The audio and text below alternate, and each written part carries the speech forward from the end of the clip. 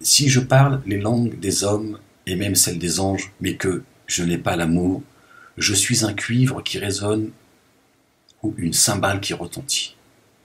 Si j'ai le don de prophétie, la compréhension de tous les mystères et toute la connaissance, si j'ai même toute la foi jusqu'à transporter les montagnes, mais que je n'ai pas l'amour, je ne suis rien.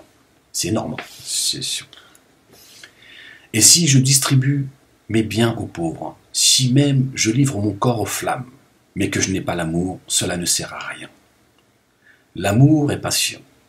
Il est plein de bonté. L'amour n'est pas envieux.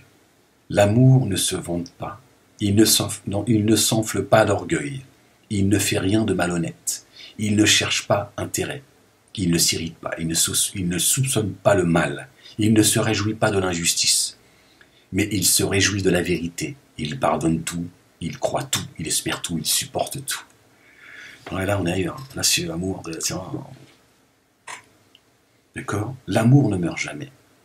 Les prophéties disparaîtront. Les langues cesseront. La connaissance disparaîtra. En effet, nous connaissons partiellement et nous prophétisons partiellement. Mais quand ce qui est parfait sera venu, ce qui est partiel disparaîtra. Lorsque j'étais enfant, je parlais comme un enfant. Je pensais comme un enfant, je raisonnais comme un enfant. Lorsque je suis devenu un homme, j'ai mis fin à ce qui était de l'enfant. Aujourd'hui, nous voyons au moyen d'un miroir, de manière peu claire. Mais alors, nous verrons face à face. Aujourd'hui, je connais partiellement, mais alors je connaîtrai complètement, tout comme j'ai été connu. Maintenant donc, ces trois choses restent, la foi, l'espérance, l'amour. Mais la plus grande des trois, c'est l'amour. C'est beau, hein, c'est magnifique. Hein, et ça m'a... Quand j'ai lu ça, ça m'a pris à l'intérieur, en fait, parce que c'est exactement ça, en fait. Et je pense que c'est une vraie leçon de... Tu vois, c'est quoi l'amour, en fait? Nous, on croit que l'amour, enfin, je parle à la place de personne, mais c'est aimer, c'est d'avoir des sentiments. Mais c'est bien plus profond que cela. Et c'est vrai que Corinthiens, chapitre 13, verset 4, c'est très... L'amour est patient. Il est plein de bonté. L'amour n'est pas envieux. Il n'est pas jaloux, l'amour. Quand tu aimes quelqu'un, tu ne peux pas être jalouse de cette personne quand elle reçoit des bienfaits. L'amour ne se vante pas. Ça se vit. Ne s'enfle pas d'orgueil. Il ne fait rien de malhonnête. Tu ne triches pas quand tu aimes. Il ne cherche pas d'intérêt. Tu n'attends rien. Tu aimes sans attendre quoi que ce soit. Tu donnes, c'est tout. Tu n'attends pas de recevoir.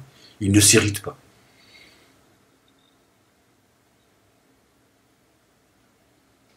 Il ne soupçonne pas. Il ne soupçonne pas le mal. Pas de suspicion. Il ne se réjouit pas de l'injustice, mais il se réjouit de la vérité. Tu ne te réjouis pas de quelque chose qui... d'une injustice que quelqu'un subit et...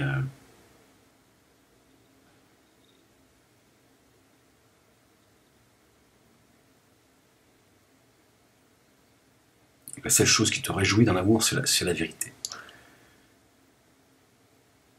Parce que c'est la seule chose qui est vraie. Et il pardonne tout. Quand on aime, Dieu dit, je suis au nom de Dieu, le miséricordieux, le tout miséricordieux. Ma miséricorde, elle enveloppe tout. Ça veut dire même ma colère.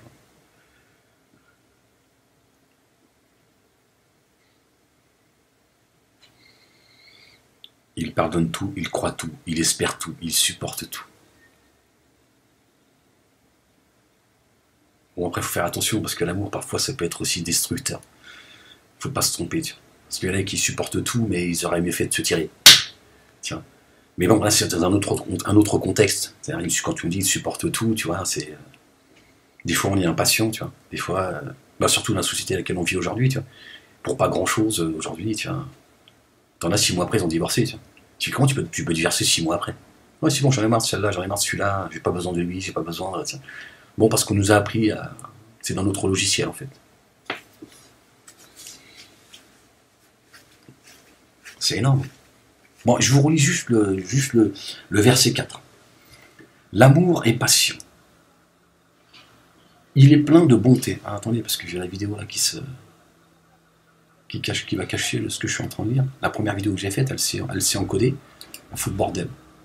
Alors là, hop, tu dégages. Tu dégages, voilà. Au nom de Dieu, le miséricordieux, le tout miséricordieux, l'amour est patient, il est plein de bonté. L'amour n'est pas envieux. L'amour ne se vante pas. Il ne s'enfle pas d'orgueil. Il ne fait rien de malhonnête. Il ne cherche pas son intérêt. Il ne s'irrite pas. Il ne soupçonne pas le mal.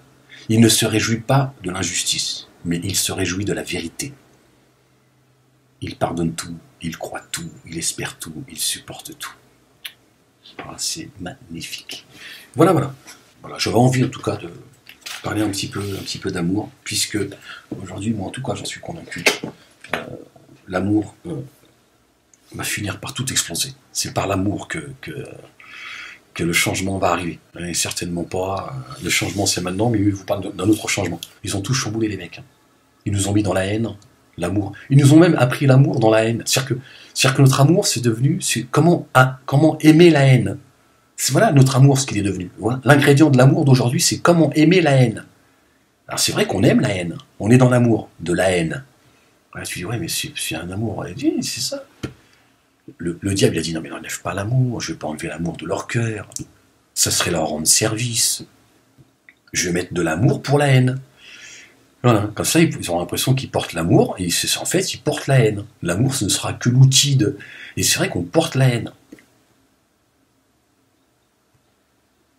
Alors que Jésus, fils de Marie, il a dit, aimez-vous les uns les autres. Et de l'amour pour les uns et les autres. Quand tu veux pour les autres ce que tu aimerais pour toi, il n'y a plus de raison d'être dans, que ton cœur il soit serré, parce que tu te réjouis du bonheur que les autres ont. Ça te fait plaisir, comme si c'était toi qui recevais ce bonheur. Tiens. Donc tout va bien. Dès que quelqu'un est touché par la bienfaisance de Dieu, ça te réjouit. Tu dis, je suis content pour lui, je suis content pour elle, ça fait plaisir. Mais quand c'est véritablement de l'amour, donc tout va bien. Tu vas mal, pourquoi? Parce que quand quelqu'un, il reçoit, il y a une chose agréable qui lui arrive, quand il est touché par le bonheur, ça te rend nerveux, Parce que le diable nous a appris à aimer la haine. Si on s'aimait les uns les autres, et en plus tu ne supporterais pas qu'on fasse du mal aux autres, comme tu n'aimerais pas qu'on te fasse du mal. Donc tous un, on fait tous un, comme l'a dit Jésus dans la vidéo que j'ai faite précédemment. Tiens. On fait tous un avec Dieu. Il y en a un qui va chialer, c'est Pharaon et ses suppôts. C'est ça la vérité. Il va dire c'est la merde. Ça y est. Ils sont revenus à Dieu. Aimez-vous les uns les autres. Moi je les ai divisés, c'est con, maintenant ils se disent ils veulent se faire des bisous. Non, l'amour c'est énorme. L'amour c'est énorme.